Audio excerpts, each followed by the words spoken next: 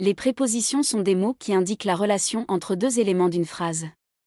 Elles sont essentielles pour comprendre la structure et le sens d'une phrase en français.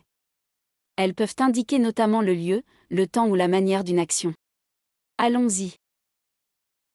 Les prépositions de lieu indiquent la position ou le mouvement d'un objet ou d'une personne. Par exemple, la préposition « dans » indique que quelque chose est à l'intérieur d'un espace donné. La préposition « sur » indique que quelque chose est posé sur une surface donnée. La préposition « sous » indique que quelque chose est en dessous d'une surface ou d'un objet donné. La préposition « devant » indique que quelque chose est situé en face d'un point de référence ou d'une personne. La préposition « derrière » indique que quelque chose est situé à l'arrière ou à l'opposé d'un point de référence ou d'un objet. La préposition « à côté » indique que quelque chose est situé à proximité immédiate d'un point de référence ou d'une personne. La préposition « entre » indique que quelque chose est situé entre deux points de référence ou deux objets. Les prépositions de temps indiquent le moment ou la durée d'un événement. Pour indiquer l'heure précise à laquelle quelque chose se produit, ou encore une période de temps ponctuelle, on peut utiliser la préposition à. Pour indiquer une période de temps plus longue, comme un mois ou une année, ou encore pour indiquer une période de temps dans le futur, on peut utiliser la préposition en. Pour indiquer une durée spécifique pendant laquelle une action a lieu, ou pendant laquelle quelque chose est vrai, on peut utiliser la préposition pendant. Pour indiquer un moment antérieur à une autre action ou événement, ou encore une période de temps précédant quelque chose, on peut utiliser la préposition avant. Pour indiquer un moment postérieur à une autre action ou événement, ou encore une période de temps suivant quelque chose, on peut utiliser la préposition après. Pour indiquer le début d'une période de temps qui se poursuit encore, ou le début d'une action qui a eu lieu dans le passé et qui continue dans le présent, on peut utiliser la préposition depuis. Pour indiquer une période de temps futur pendant laquelle quelque chose aura lieu, ou encore une durée prévue pour une action ou un événement, on peut utiliser la préposition pour. Les prépositions de manière indiquent comment quelque chose est fait.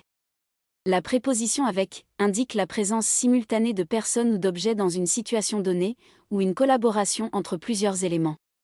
La préposition sans indique l'absence de quelque chose ou de quelqu'un, ou une action qui est réalisée sans l'aide ou la présence d'un élément donné.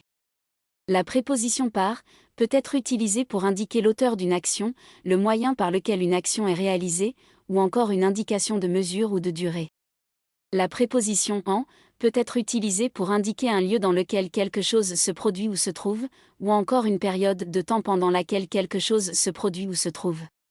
La préposition comme peut être utilisée pour indiquer une comparaison entre deux éléments ou une ressemblance entre eux, ou pour introduire une explication ou une justification. Quelques exemples de phrases avec des prépositions. Dans la phrase. Elle habite dans un appartement. Dans est la préposition de lieu. Dans la phrase. Le livre est sur la table. Sur est la préposition de lieu. Dans la phrase.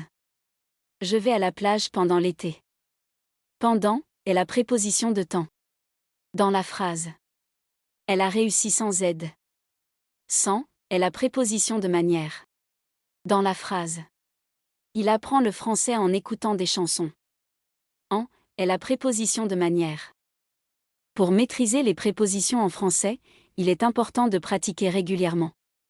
On a vu dans cette leçon des prépositions de lieu, de temps et de manière. Essayez de créer vos propres phrases en utilisant les prépositions que nous avons apprises dans cette vidéo. Bonne chance et continuez à pratiquer. Cette vidéo vous est présentée par Talkpal. Talkpal est un tuteur de langue basé sur l'intelligence artificielle et la technologie GPT. C'est la méthode la plus efficace pour apprendre une langue. Vous pouvez discuter d'un nombre illimité de sujets intéressants, soit en écrivant, soit en parlant. Il corrige votre grammaire et vous propose des ajustements pour améliorer vos messages.